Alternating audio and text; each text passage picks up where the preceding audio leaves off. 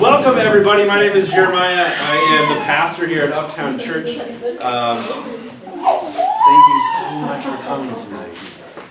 Tonight, you get an opportunity, we all get an opportunity to advance and advocate for the quality of communities that we've never stepped in front of before. We might never step into these communities, but tonight we get to think on behalf of Cultivate International, who is going to drive these communities to successfulness and sustainability. That's pretty exciting. So thank you so much for coming.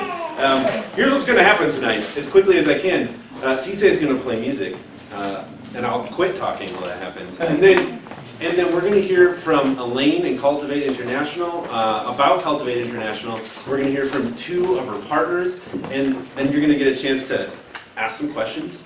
And then we're going to break into tables for an hour, and we are going to throw out all the ideas we can possibly come up with to help Cultivate International be successful. And then we're going to come back together and we're going to just give a bunch of hugs. If you don't like hugging, you can just wave at people. Are we good with this agenda? Yeah. Oh, good. Cisse, I'd love for you to play. Thank you, Jeremiah. This song right here, the first song, is titled Damages. It's just talking about how the world has contributed to what the world is now, and we can all change the world. You know, the world doesn't have to be what it is. And so this is Damages.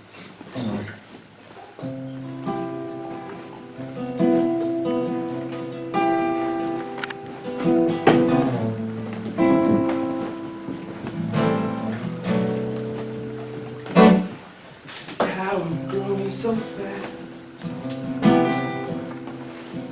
as if nothing I could fear but myself. I am growing too sad. The world within, the world within, living in just don't cut it. And if I die, I live my rights. Don't you cry. The world isn't right because damages.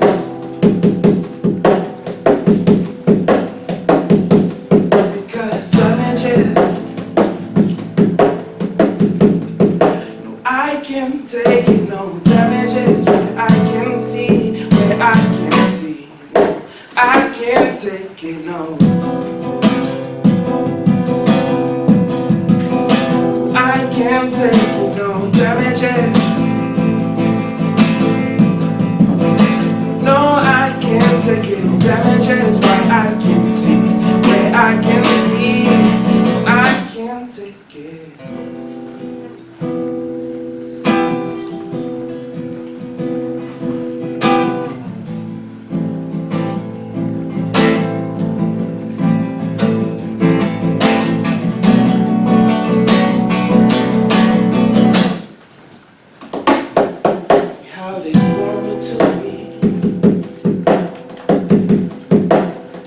Everything within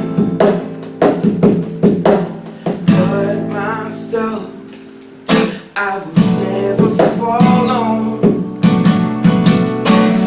The world within, the world within. No, living it just don't get it. And if I die, no, I live my rights. Don't you cry. No, the world isn't right because damages.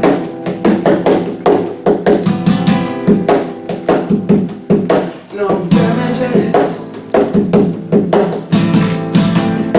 I can't take it, no damages. Where I can see, where I can see. I can't take it, no. I can't take it, no damages. No, I can't take it, no damages. Where I can see, where I can see. No, I can't take it. Thank you.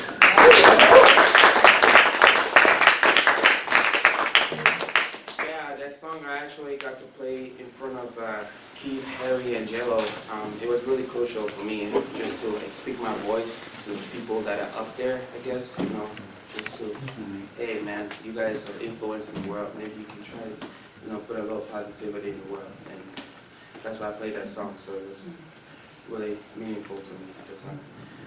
This next song is a song I get to play on the retreats. This is called, titled, Moving Up. Just moving up in the world and just being yourself and being positive no matter what, because only you can make yourself smile, only you can let the sun shine. So.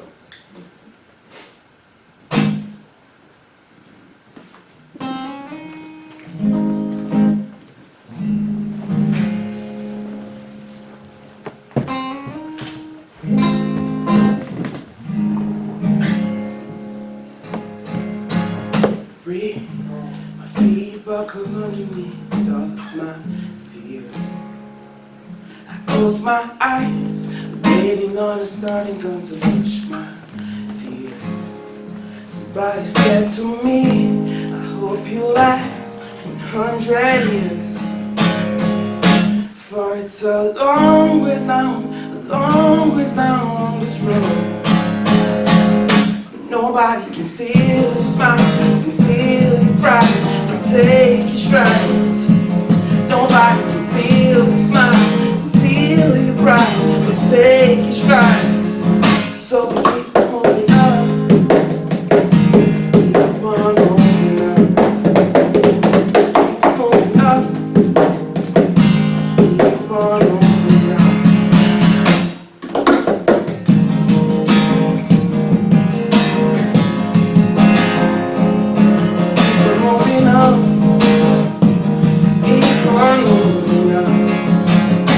Comes the body hears you cry. My past is weighing me, everybody's giving in. Life gets harder. So I close my eyes, open my mind, shut off my ears. For it's a long ways down this road. But nobody can steal your smile, can steal your pride. Take your strides. Nobody can steal your smile, can steal your pride, can take your stride. So we keep moving up, keep on moving up. So we keep moving up, keep on moving up. So we keep moving up, keep on moving up.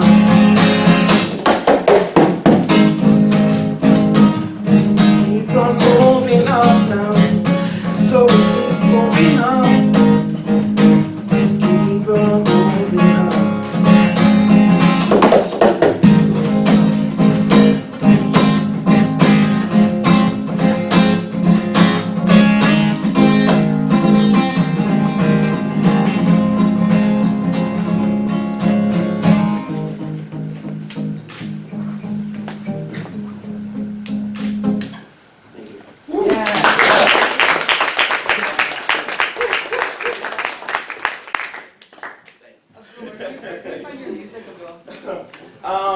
Yeah, you guys can go on csaymusic.com.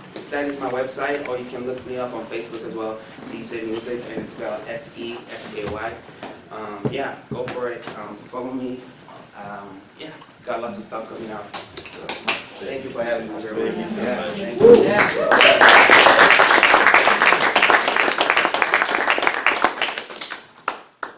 Before I invite Elaine up, I would like to tell you the rules. Now the rules are pretty simple. There's only 3. They're actually very easy. Maybe. Maybe the second rule isn't that easy for us from Minnesota, but we're going to give it a shot. Salvatore, you're from Philly. You'll be really good at this. Rule number 1 tonight, as you're going through the conversations at the tables, is to use yes and as a response rather than yes but. Does that make sense? So the first words that come out of your mouth are not yeah, but, or but. It's yes and. So here, we're going to practice. I need you to turn to someone next to you. You can stand up while you do this, if you'd like. And I need you to plan a vacation together. For 30 seconds, I need you to plan a vacation quickly, but you have to use yes, but for the first time. For this first 30 seconds, ready, go.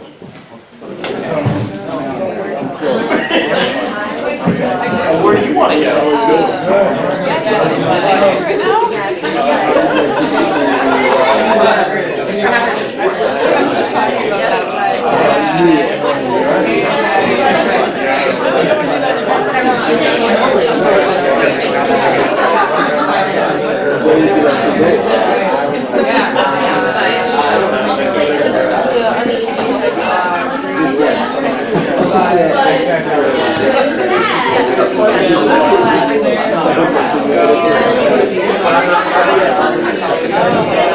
All right.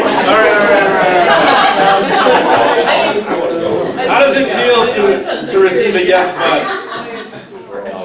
Shot down. Shot down? Do you feel like you're going to go on your vacation now? No. All right, take 30 seconds and do it with yes and. Ready, go.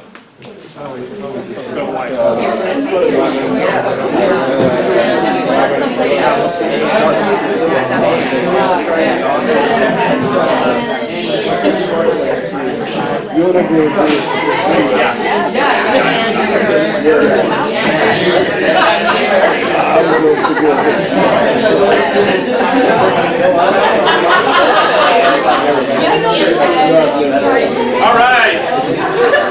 How many are going on vacations? What felt good about that? That's a leading question. What I'm anticipating. Did it feel better? Then yes, but it goes along a little smoother. I encourage you to practice that tonight. If it's weird, that's okay. Just do this for a while. Start nodding until you feel like you can say yes and then say your thought. That's rule number 1, yes and. Rule number 2 is the law of 2 feet. The law of 2 feet states that if you're not learning from a conversation or contributing to a conversation, use your 2 feet and move to one where you can. Anybody uncomfortable? Here's what we've done to help you, Fitz. We put food over there. Food and drinks. And this is a really easy way to you can even take, we'll talk about this in a little bit, you can take the papers, you can stick them on the wall, you can go to the food, and you can never go back to that. You don't even have to tell them why you're leaving. You can just do it. Here's the thing, we want your ideas to literally stick to the wall. We want them to stick at your table, and we want what's said to stick to you. So if that's not happening, go find a place where it will. And if there isn't one, you can start your own. And then, finally, we need you to, the third rule is to write it down. If the first one is yes and, the second one is the law of 2 feet, then the third one is to write it down. If you don't write it down, then all of this just stays in here. It just stays in this room and it never goes anywhere.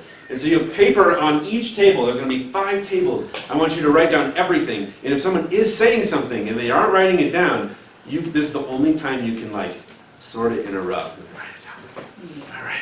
Or just say, hey, will you write it down? Or maybe you could start writing it down for people because they're all going to go on that wall over there. Our goal tonight is to fill that wall. That's how we know we did this well tonight. And if you left with a smile on your face. Smiling while you fill up that wall. That's where we're going to go tonight. Those are the 3 rules. Are we good with those rules? Yeah, good. Because we're not going to change them. I'd like to invite Elaine up. And you can pick one of many stools. All different heights. Yeah, whatever you need to do.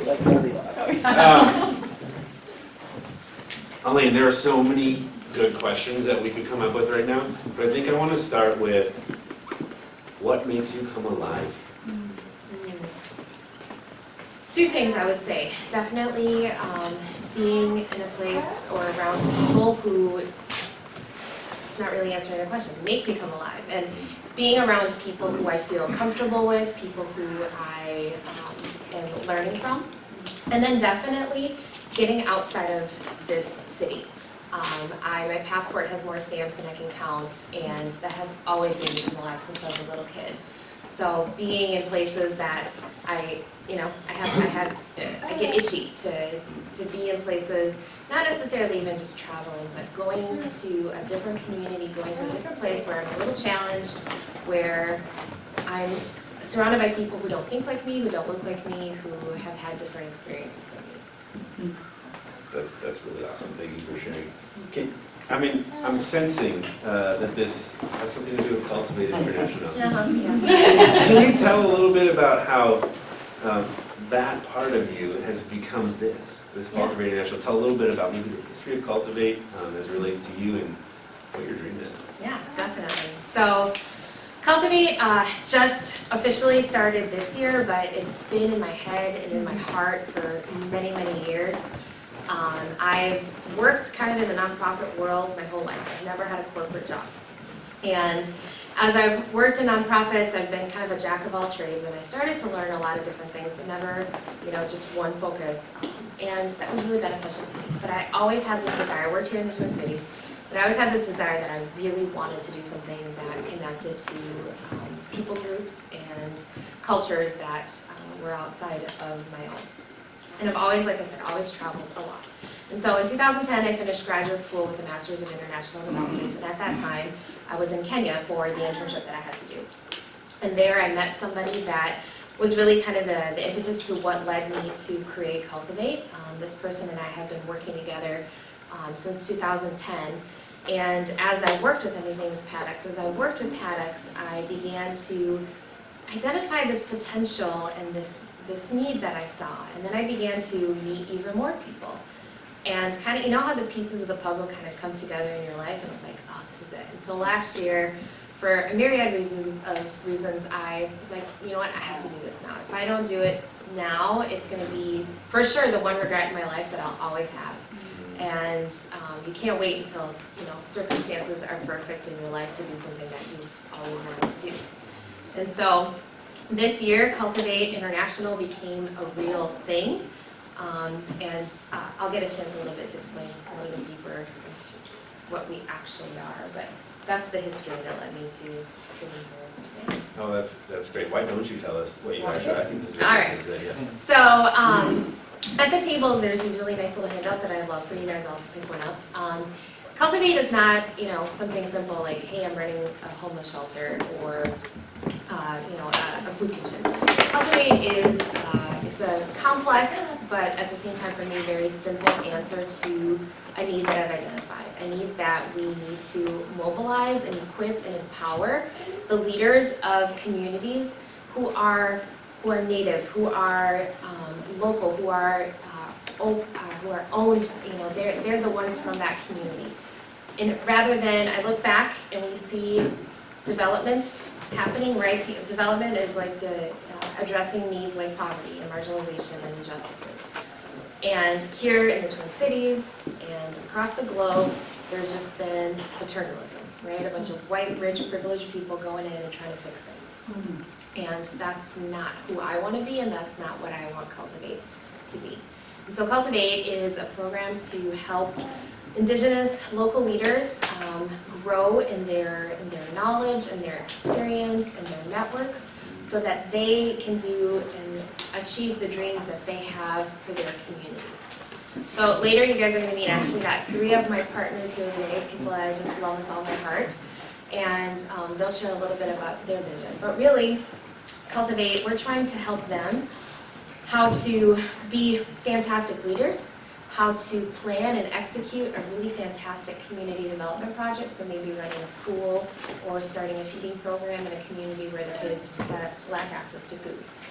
And helping them to know how to do that, how to fundraise for that, how to manage that, how to communicate for that, and then 2, how to work in this realm that is called the U.S. nonprofit world, that there's kind of some rules and some ways you got to do things, so we're helping them to understand and how to do that so that they can launch and sustain the projects that they want to do. That's really exciting. That is so great.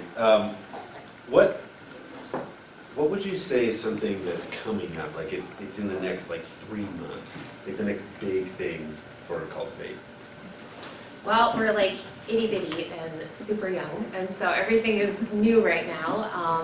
I think coming up really, so we, as you'll see at the tables, at that handout that I have for you guys, we're working through 3 phases.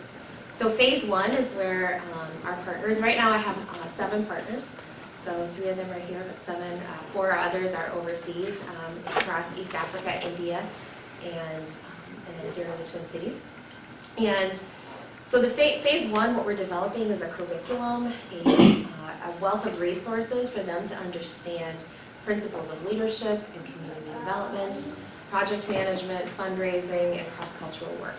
And I'm actually looking and have been searching out, so the kind of big thing is I'm looking for interns, so if you guys, any of you, are looking for an internship or have connections to somebody that might be interested in this sort of work, that's really going to, I think, boost our work. But as we work through this phase, then phase number 2 that will really start next year is for them, I will be helping each of our partners to really just build a foundation of people underneath them.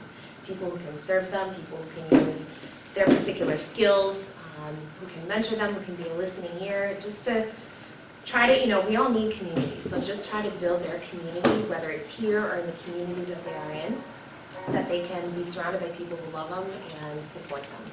And the 3rd phase is that they will be able to, and we will be assisting them in the fundraising and the long-term sustainability for their projects. So kind of the technical piece, Cultivate acts as what's called a fiscal sponsor, so those projects, whether they're local or international, don't actually have to become a nonprofit entity here in the Twin Cities or in the United States. So Cultivate will be the means that we access funds to keep those projects running in the long term. So, is this a good, do you have anything else you want to add to that before we bring up a couple of your partners? Okay. All right, let's do it. All right, you guys, can you guys come up? I'd like to introduce to you Joshua, Fatoon, and Claude. So you three come up.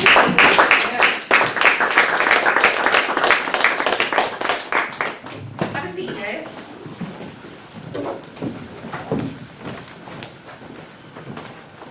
Hello, everybody. Welcome. Welcome to the front. Welcome to the stools. There's one more over there. I think what will be most helpful for all of us here as we're dreaming on behalf of Cultivate is to hear a little bit of your experience with Cultivate, maybe what you envision taking place in your own community. And even describe your community a little bit so we can hear a little bit about the way that Cultivate interacts with each of you individually or as a community. I can start. All right. Yeah, my English for me is almost 7 language. So my English is for 2 years English. So I came in a French country, so I'm learning English. I'm from Congo. DRC. Congo is the biggest country, largest country in Africa. My career, I'm a pastor, and I was a refugee almost 13 years in Malawi. So in Malawi, I was an orphan with 14 years. My life, all my life was tough. My dad has 4 wives, so my mom passed away, and with 4 wives, it was very tough. So after, to become a pastor, I suggest to help orphans, because I know how orphans in villages in Africa suffer. So I began a foundation. It was a foundation through my church, and my foundation is only to help orphans, people with HIV/AIDS, single mother, and others have been helped. And it was like tough because my mission was only in villages. And some villages in Africa, we don't have transportation. You must walk. And it was tough, but by grace of God, I meet many people who was helping.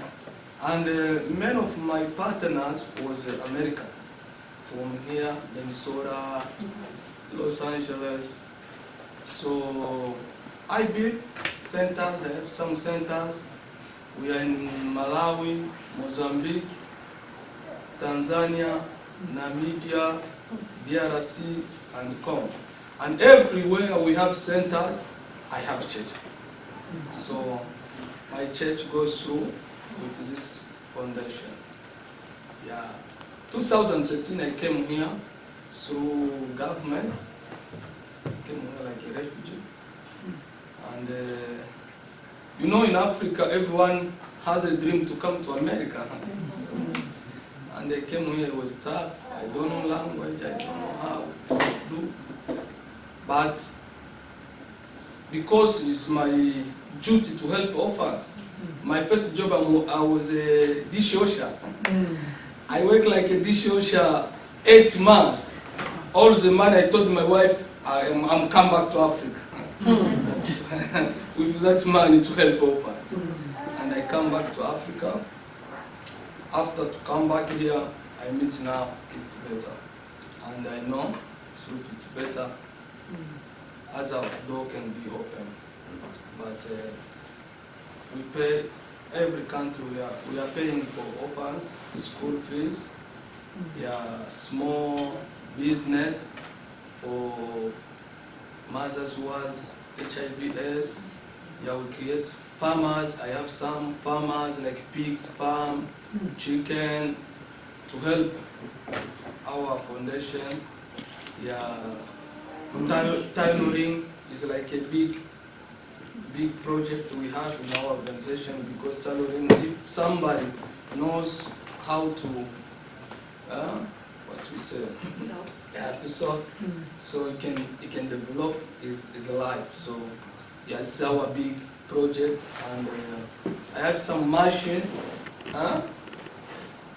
corn machines, to get to, so we pay. All orphans come free, and the other people pay to help to pay school fees for that orphan. Wow. This is our project. Thank you so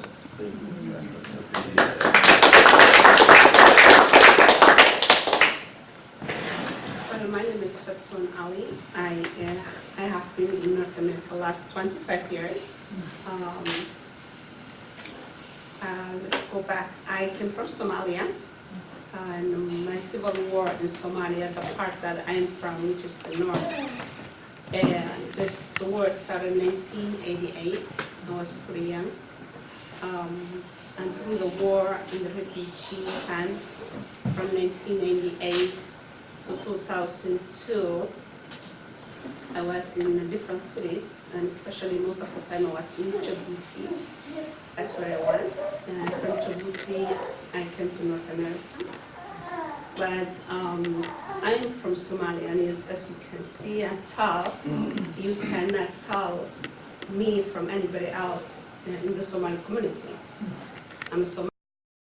I speak different. I look like them. We speak one language, one religion. We all look alike. You know, it was confusing for me. So then the war broke, and I came to America. And I came to Somali City. All white people, no color. And the people that I came to did not speak my language. So I didn't speak English. For 1 year, I didn't speak. 1 year, I did not speak in any language. And the people I came to live with had AIDS. So there was a lot of doctors and nurses and caregivers coming to the house to teach me how to take care of myself, not to get the AIDS, how to take care of the younger kids in the house. I was a housekeeper. So I would take care of them, I would cook, I would clean, and no schooling. Never went to school back home. And when I came, I wasn't able to go to school. I was a babysitter, I was a cook, I was a helper, I was a housekeeper. So after I'm done with my chores, I will watch soap operas. So I learned my English by listening to soap operas, watching, the Restless. So I'll watch them, and I will, and then the nurses come and the caregivers come and teach me how to vacuum, how to do the dishes, how to wash the house, all of that. And after 3-4 years, my uncle that I lived with had the AIDS. He passed away, and I didn't know anything, nothing. So the only thing I knew is I was old enough to get married, so I got married. I had 2 young kids who died of muscular dystrophy. My kids were just paralyzed, like a dead body, but just breathing. They had no muscle movement whatsoever. They could not even swallow, or they couldn't stool. They couldn't do anything, no movement whatsoever. And my son passed away when he was 6 months, and my daughter passed away when she was 4 months. And the doctor said I could never have any more kids with my current husband at that time. So after having abusive with him, when it came to finances, when it came to his drinking problems, I was young and I just knew I could do better. You know, I cannot have kids. All I know is my kids. That's what I grew up with. I was the oldest of 8 kids. So I decided to leave him. When I left him, I remarried, and I had a beautiful boy and a girl. My daughter, she's going to be 13, and my son is going to be 14. And my second husband was emotionally, physically, verbally abusive. And I couldn't take care of them in America, and I cannot be abused. So I tried to get divorced, and he said, "You either going to go 6 feet under, or you're going to stay with me." I tried to work things out. We had financial difficulties. I was sick and tired of working and providing, so I tried to stop working so he can provide. I couldn't pay the bills. I became homeless, and he beat me up. He left me for dead. When he left me for dead, I was sick for 3 weeks. He beat me up in the head, just the head, nothing, nowhere else. And after I felt better, I just took my kids, 2 suitcases, and I came to Minnesota. So when I came to Minnesota, even though there's a huge community, all I knew, when I got married to my second husband, the jobs that I had was working with new people at that time coming, and Somali immigrants in San Diego. I was living in San Diego at that time. So I started working with the Catholic charities and other organizations that were bringing people in. So my English was good enough to work and interpret and take places to people. But my writing, because I never went to school, was non-existence. So I would drive them, take them to the counties, hospitals, clinics, to schools, enroll them. So I became very resourceful when I was in San Diego. For about 7 years I was doing that. When I came here, I tried to reach out to my own community without my ex finding out I'm here. It was impossible to get the help that I needed. So I had to go outside my community, which helped me a lot. I went to Community Action. I don't know if anybody knows that organization is, and also Lutheran Social Services. They helped me extremely with enroll myself and to school, and I graduated. It took me 7 years to graduate, just 2-year degree, associate degree. And I started opening a nonprofit called Somali Youth and Family Development Center, just to help Somali women and girls. Mostly that's what I do right now. But I would love to expand. And one of the reasons that I became partner with Elaine is because I'm from a minority background. I want to help my own people back home. You know, I want to be able to find resources, get education. With education, you can do anything in this world. It's a powerful thing that many people don't know anything about. They're emotionally, physically, mentally, as a human being, they don't exist in the eye of other people. So my goal is someday go there with Elaine and start helping the community over there.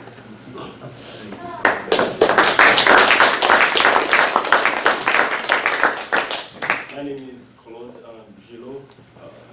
It's pretty interesting last name. It's spelled Gillot. So that's his name. I'm from Haiti. I met Elaine about 2 years ago. So we've been friends since. So I grew up, I was born and raised in Haiti. Grew up with 9 siblings, so my dad was pretty busy out there, so he had 3 different women. He wasn't in my life much. So I grew up with my mom, and we were, in Haiti, it's, there is no, unlike America, there is no middle class. You're either really rich or you're very poor. So unfortunately, I happen to be in the, bottom side. So growing up with my mom, so we didn't have much. It was not easy for us to, eat. I would eat like 1 meal a day, which is rice and beans. So if you go to Haiti, so you should try rice and beans. So that's, and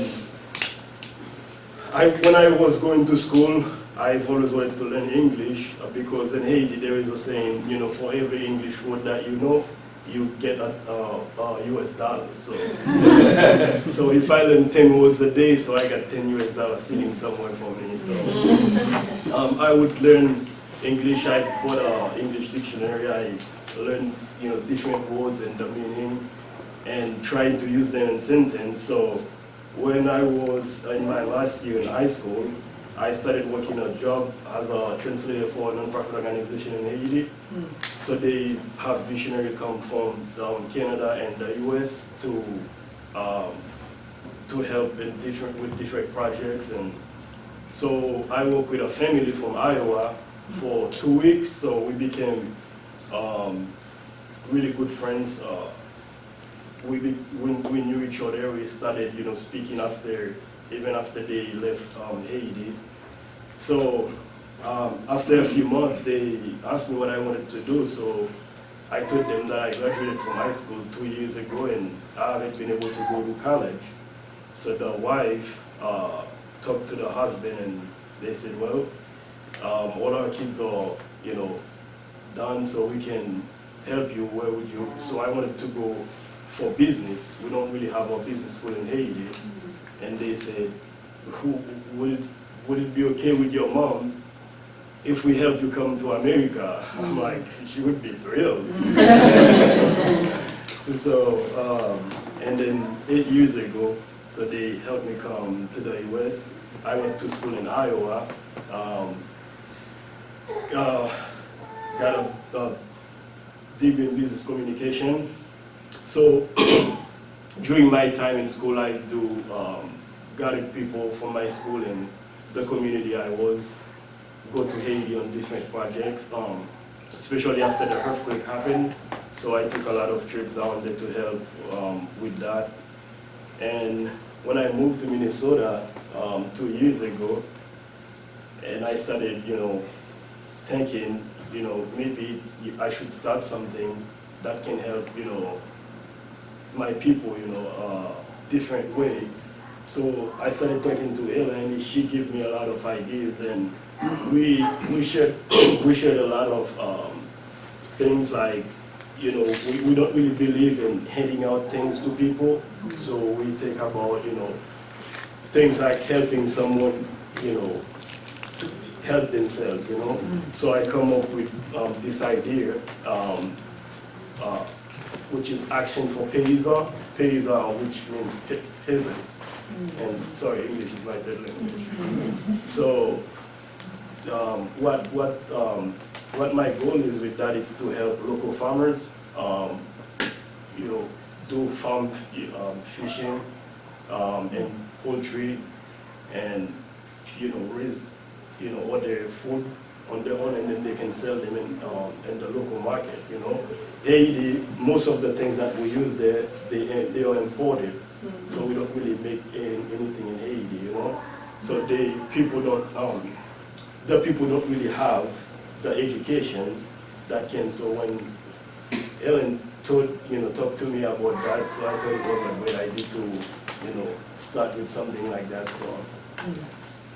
and we've been partnered since, so. Yeah. Thank you.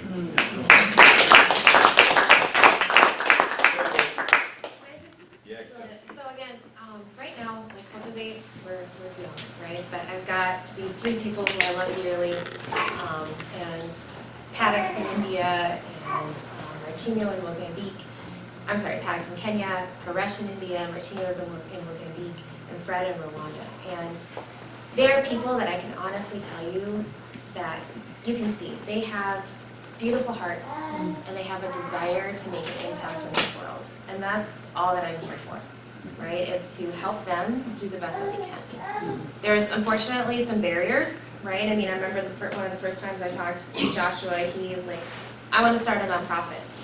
And we got out a piece of paper, and we outlined all the processes, and I saw his eyes get so big, right? And I'm learning this process right now, and it's difficult. Well, why should that barrier stop him from doing the work that he wants to do, right? So Cultivate really is just to help mobilize these guys to do the amazing things that they want to do, and try to limit those barriers, limit the access, the difficulties to access to resources and people, just so that I could go to Haiti instead of Claude, and I could start something. But let's be honest, how much more effective and meaningful and powerful is it going to be for Claude to empower and to build something that affects his own people rather than me? So that's what Cultivate is all about. That's why I wanted you guys to meet them. Like, my stories, their stories way better. I don't agree. Theirs is really, really good, but so is yours. Because what you end up doing is what we're going to do for you tonight is kind of what you're going to be doing for each of them. And that's fascinating work. I have nothing else to add. Does anybody have any questions they'd really like to ask Elaine or any of the partners that would help you in a formula that would help you at your tables? Selder. So each one is, so you're kind of like the hub. And is that how it kind of works? So each one is individual? Yeah, so really what Cultivate exists is to focus on and empower these individuals, knowing that the better that they can do the work that they seek out to do, then we have that secondary impact on these thousands of people in these communities, here locally and overseas. So really our focus right now with these 7 partners, my dream is that it's going to be big, right? Like, we're going to be able to mobilize and bring forth even more people, so that they go through this 3-phase process and are just able to sustain and build up the work that they were trying to do. Does that help? Okay. Yes. Is it just you, Elaine, or is there else alongside of you? I have got a board of directors. I have a few volunteers, people who helped me with some things. Like I said, I'm trying to get some interns just to help me do this work. But right now, yeah, it's just me. All right. Here's what we're going to do. I'm going to explain the questions to you, and then we're going to move. All right? We good with that? There are 5 questions. Use your 2 feet to find the table that you want to sit at right away, and then use them again later to move. The hope is that, I imagine you have really good conversation tonight, but try to get to another table tonight. It's going to change your whole experience. So the first question we're going to talk about tonight, and that's table 1. It's going to go 1, 2, 3, 4, 5. Got it? 1, pretty linear. The first question is, what does a successful community catalyst look like to you? Write it down. The second one, how do you empower people who think, I don't have enough time, money, resources, whatever it is? That's question number 2. That's back there. Question 3, what does genuine connection to a place or person outside your culture look like? That's table 3 right there. The 4th question, how do you creatively motivate someone to give financial support? Everyone in the nonprofit world is like, yeah, give me an answer. That's table 4, that's right here with the red tablecloth. And the 5th question, what inspires you to be an advocate for Cultivate International? That's over there with the couch near the purple wall. The purple wall is what we're filling up. Write your stuff down. Use yes and move from table to table. And at any time just go up and stick it on the wall. What we're going to do now is this table's gonna come out, we're gonna take these chairs and put them around it, and then that table's gonna move this way a little bit, and we're gonna put chairs around that, and then we're gonna go. Sound good? Yeah. All right. I wrote Yeah. all 5 questions on each paper, right? That's great. Okay. Oh, thank you, yes. The questions are gonna be on each table. Pick the question relevant to your table, right? 1, 2, 3, 4. This is staying here, and it'll give you an opportunity to see where you might wanna go next. Charmayne, question? One small note of interest, there is a restroom up here in the center, and there's another one downstairs through the doorway. Clear down underneath, it is clean, it has paper, and you may use it. Thank you. That's important in an old church, right? Yes, it is. All right, have at it. I love when I think of a question and I have like what I think is the answer to the question, and then someone says something that's just like way, way different, and it's just great. Yeah. I love that. Thanks, Peter. Energized. Yeah. Well, this perspective and around the idea of not having enough, was just struck by the fact that like I have enough, and excited to think about just how to reframe that for myself. I feel inspired by what you're doing. I mean, the amazing work that you're doing. Just in it's just so inspiring. I feel inspired as well, I connect with the stories, so I myself now I'm like starting to look into, okay, what's a little way that I can help, even if it's just donating $1 to something. Because I never used to think about it like that, so yeah.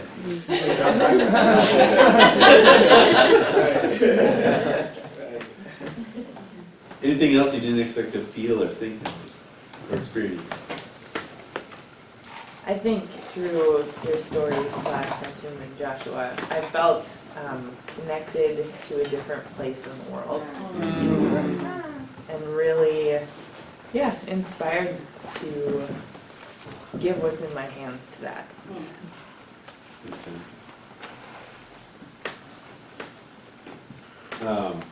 Anything else? Can I say something? Yes. You guys, this has just been so awesome for me. Thank you so much for being here. I'm just, like, I only got to sit at a few tables, but you guys had some awesome ideas. And, like, honestly, so I'm getting, like, all those cards, and it's going to make a huge difference in how this little bitty organization is going to grow. So you guys have actually given something really important tonight. So I really, really appreciate that. This has been a lot of fun. I hope you guys have had fun too. I will, we are small, so if you, go on Facebook, like us. I have these little cards at the table, and I wasn't going to mention it, but like Hannah said, it sounded like really cool. So our first major big fundraiser is going to be in January at Surly Brewery. So pick up a little card if you have people you can invite.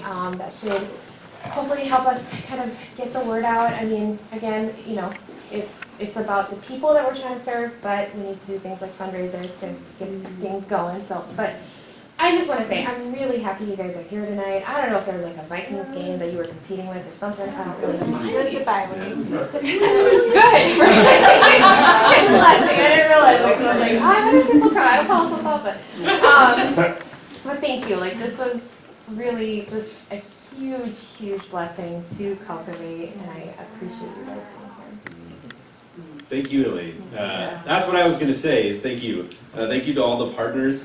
Thank you so much for sharing today. But not just sharing, for doing what you're doing. You're all doing something new. And the spark of like, oh, I got it. If I don't do it now, will I ever do it? And you said it. Like, the time will never be right unless you just do it. And so thank you for doing this. We're really excited to be here and part of it. Anybody have any final encouraging words for Elaine? Anything you want to say? I'll let you have the last one. Keep going. All right. Give it up for everyone. Here's what's going to happen. All of those cards, Uptown Church is going to pile them together, and we're going to create an ebook. And what an ebook is all those ideas, legible, Yeah, right? I wrote a few, so I know that. We'll put them in an ebook. We'll have pictures from this event. You'll get a thank you to every single one of you by name in this book, and you all get it. So that if you weren't at a table, you get a chance to see what you missed out on. And go, oh yeah, and be like, where's mine? Where's my idea? Where's my idea? You can do that too, if you want. So that'll go out. If you want to hear a little bit more about Uptown Church, we're going to have then we're calling it a 5-minute party. It might not take 5 minutes. We'll do it over there by the doors near the sanctuary. If you want to come hear a little bit more about Uptown Church and why we're doing these, we'll talk a little bit about that, what's coming up at Uptown Church. Come over there, and whether you talk or you come to the 5-minute party or not, there's coffee mugs on the way out, and we want you to have one. Just don't tip them all over, take the one on the top. Not yet, okay. But I just imagine all these kids that are running around just like, ah! So anyway, don't do that, Jocelyn and me. So that's over there. Thank you. This is a great opportunity for Uptown Church to add value to the community in a way that a lot of times the church doesn't get an opportunity to do it. So thank you so much for coming here and walking into this space and walking into conversations. Thanks so much, everybody. Have a great night. Thank you so much.